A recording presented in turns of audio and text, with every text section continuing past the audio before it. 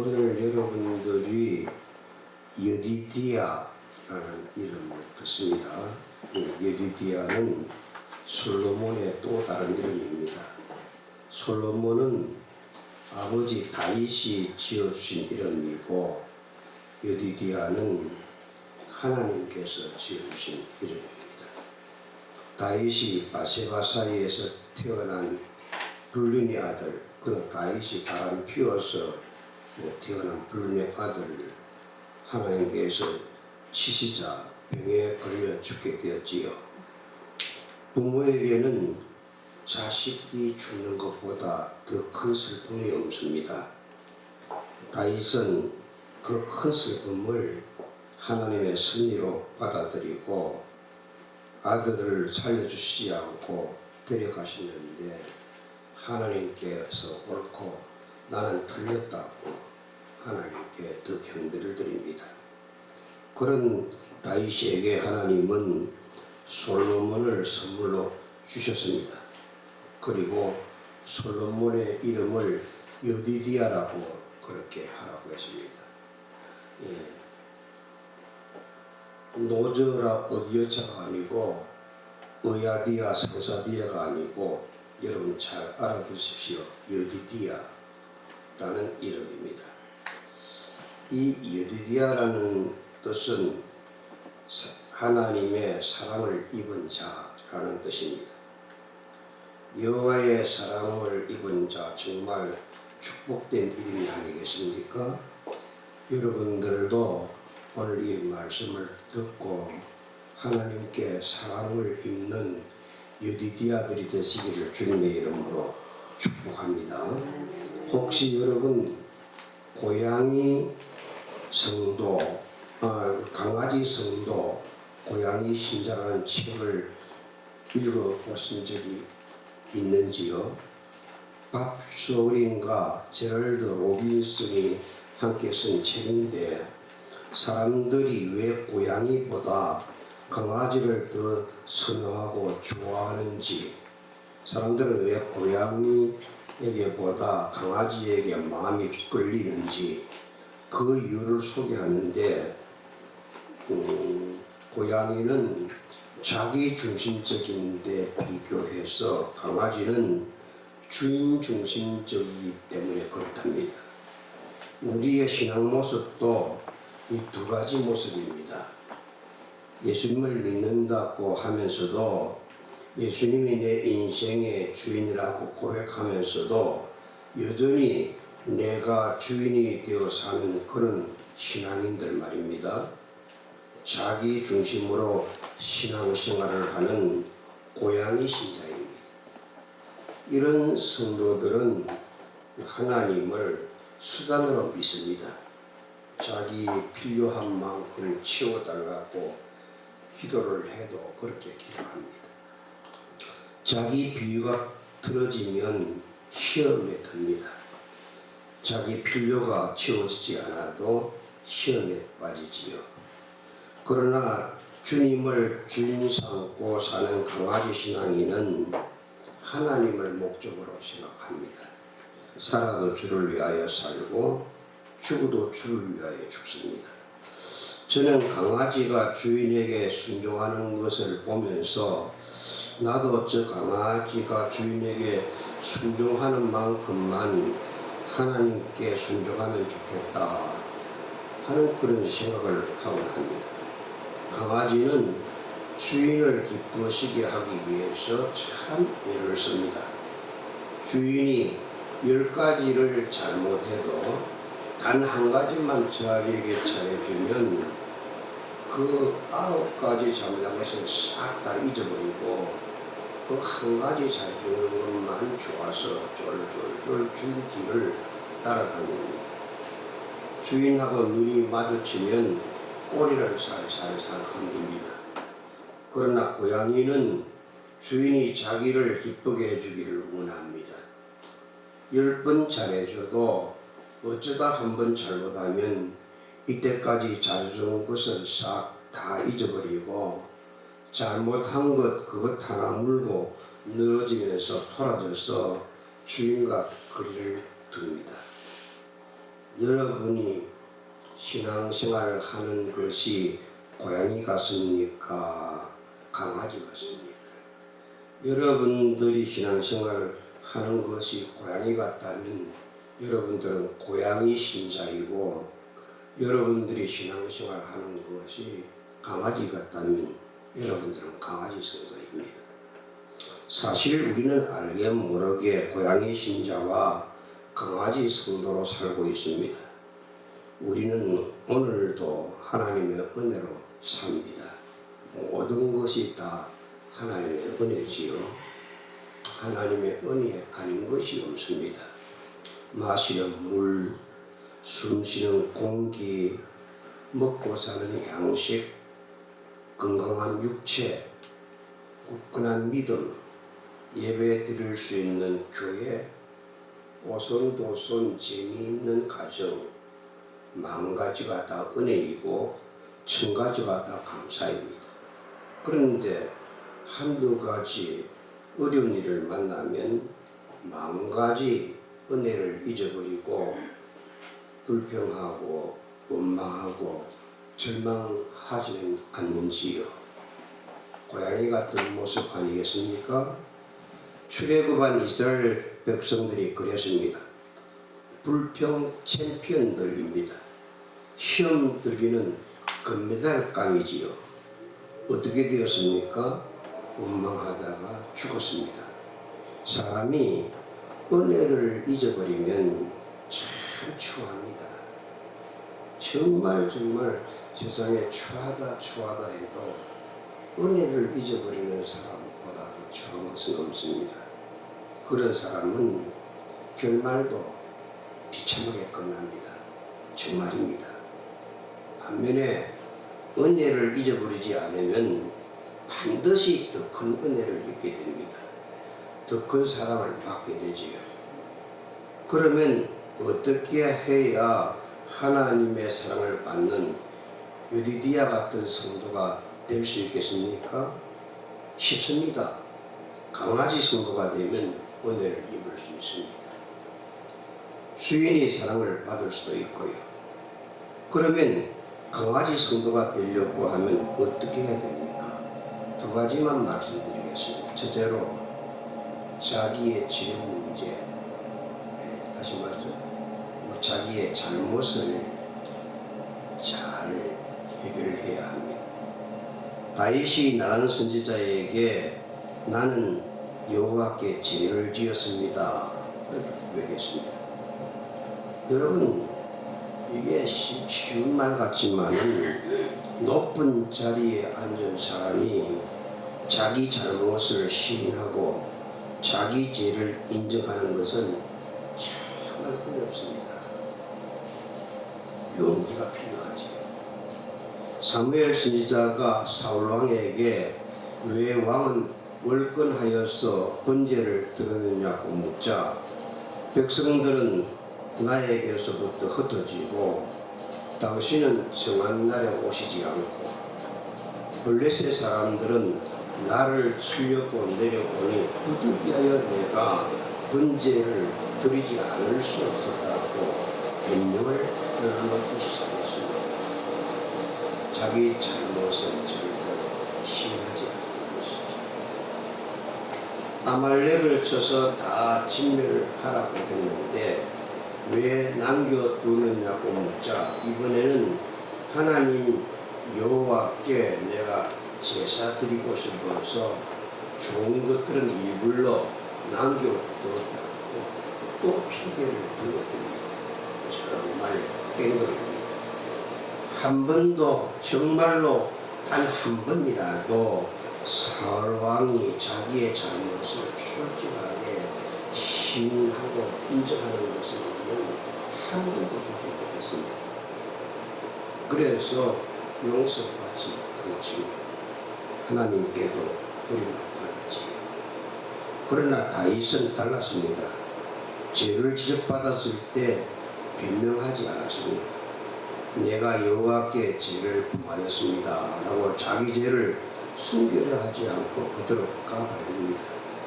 그래서 다윗은 하나님 마음에 합한 사람이 되어서 하나님의 뜻을 이루는 왕이 되었습니다. 잠언서 28장 13절에도 자기의 죄를 숨기는 자는 형통하지 못하나 죄를 자박하고 버리는 자는 불쌍히 여김을 받게 될 것이다. 여러분, 죄를 숨겨두면 형통할 수 있답니다. 먼저 자기 속이 답답하고 자기 양심이 괴롭죠. 여러분들, 우리들은 죄를 잘 숨겨두지만 내 속에 숨겨둔 죄는 암사기보다 더 무섭습니다. 토해버려야 합니다. 잘라내어야 합니다. 그래야 살 수 있습니다. 살고 싶으면 회개해야지요. 자복하고 버려야 불쌍히 여김을 받을 수 있습니다. 어떻게 하면 됩니까? 강아지처럼 회개하면 됩니다. 강아지는 주인이 잘못했다고 하면 두 앞발 사이에 턱을 고이고 눈을 끔뻑끔뻑 하면서 꼬리를 흔들흔들 흔들면서 주인의 그 구정을 다 듣고 있습니다. 그러면 강아지를 혼을 내다가도 불쌍한 마음이 들어서 용서를 해줍니다. 안아주지요. 고양이는 어떻게 합니까? 자기가 좀 잘못한 것을 알면 잽싸게 도망가 버립니다. 다윗은 자기의 잘못을 지적받았을 때에 강아지처럼 했습니다. 그럼 사울은 어떻게 했습니까? 사울도 같이 자기의 잘못을 지적받았을 때에 고양이처럼 했습니다. 여러분, 목사라고 잘못이 없겠습니까? 여러분들이 신앙생활 오래 하고 정말 예수님 뜻대로 살렸고 애를 쓰는 걸 아는데, 그런데 우리가 어쩝니까? 인간인 것을 잘못을 할 때가 있지요. 그때가 문제입니다. 강아지처럼 하십시오. 꿇어 엎드려서 두 무릎 사이에 턱 꼬이고 하나님 바라보면서 눈 끔뻑끔뻑하면서 꼬리 흔드십시오. 하나님께서 여러분들을 안아주시고 다독겨 주시고 싶어질 것입니다. 두 번째로 어떤 상황에서도 하나님을 경배해야 됩니다. 아이가 죽었다는 소식을 듣자 다윗은 땅에서 일어나 몸을 씻고 기름을 바르고 의복을 갈아입고 여호와 전에 들어가서 경배하고 왕궁으로 돌아와 음식을 맛있게 먹었습니다. 그토록 아들을 살려달라고 악이 나를 죽이고 대신에 아들 목숨을 살려달라고, 나는 살 대로 살았고 아들은 아직까지 어리고 어린데 살려달라고 애걸복걸 했는데도 밤을 새워서 뜬 눈으로 세우며 금식하면서 하나님 앞에 슬프게 보이면 혹 자기를 불쌍히 여겨서 아들을 살려주실까봐 더 처량한 모습을 하나님 앞에 보여드리기 위해서 처량한 모습을 연출까지 하면서 기도드렸는데, 하나님께서는 끄떡도 하지 아니하시고 그냥 떡하니 아들을 데려가 보시고 가버리고 말았습니다. 우리 같으면 야단났겠지요. 불평하지 않겠습니까? 내가 하나님을 위해서 엄청나게 큰 일을 했는데 이거 하나 때문에 그렇게 그냥 벌을 주시는 겁니까? 불평하겠지요. 시험 들만 합니다. 저 같으면, 저가 다윗이라면 시험 들었겠지요. 그런데 다윗은 생사화복을 주관하시는 하나님 절대 주권을 믿고 결과에 순복합니다. 하나님, 내가 졌습니다. 하나님 이겼습니다. 내가 틀렸고 하나님 옳습니다. 그러면서 하나님을 경배합니다. 고양이 신자가 아니고 강아지 성도입니다. 여러분들 욥 잘 아시지요? 욥도 모든 소유 다 잃고 10명이나 되는 자식들이 단 한 번에 깡그리 싹쓸이를 해버렸는데 아들, 딸들이 다 죽었다는 소식을 들었을 때에 얼마나 슬펐던지 일어나 겉옷을 찢고 머리털을 밀고 땅에 엎드려 울지 않았습니까? 그런데 그렇게 한 욥이 어떻게 합니까? 여호와께 경배합니다. 그리고 이렇게 고백합니다. 주님, 내가 어머님 뱃속에서부터 나올 때 알몸으로 나왔습니다. 그러니 또한 알몸으로 내가 주님께로 돌아갈 것입니다. 내게 일상 살아갈 때 필요한 이런 것 저런 것 모든 것을 주신도 여호와시고 내게 주신 것들을 거두어 가시는 이도 여호와시니 내게 10아들을 주신 분도 여호와시고 내게서 10아들을 가져가신 분도 여호와시니 여호와의 이름이 찬송을 받을지니이다. 욥은 하나님의 절대 주권을 믿었기에 만가지가 다 슬픈데 어찌 안 슬프겠습니까? 10아들이 한꺼번에 그냥 깡그리 죽었는데 그런데 슬픈데도 경배하며 찬송합니다. 세상 사람들은 미쳤다 하겠지요. 돌았다고도 할 겁니다. 미쳤다 하십시오. 돌았다고 하십시오. 미련둥이 바보 천치라고 하십시오. 아버지 기도도 안 들어주시는 하나님은 없습니다.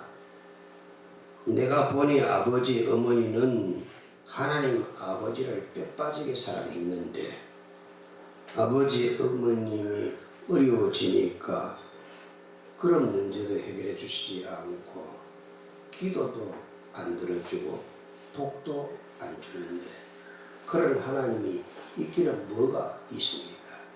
나는 하나님 안 믿으랍니다. 자식들이 그렇게 해도 움직이지 마십시오. 괜찮습니다. 나는 고양이 신자가 아니고 강아지 성도입니다.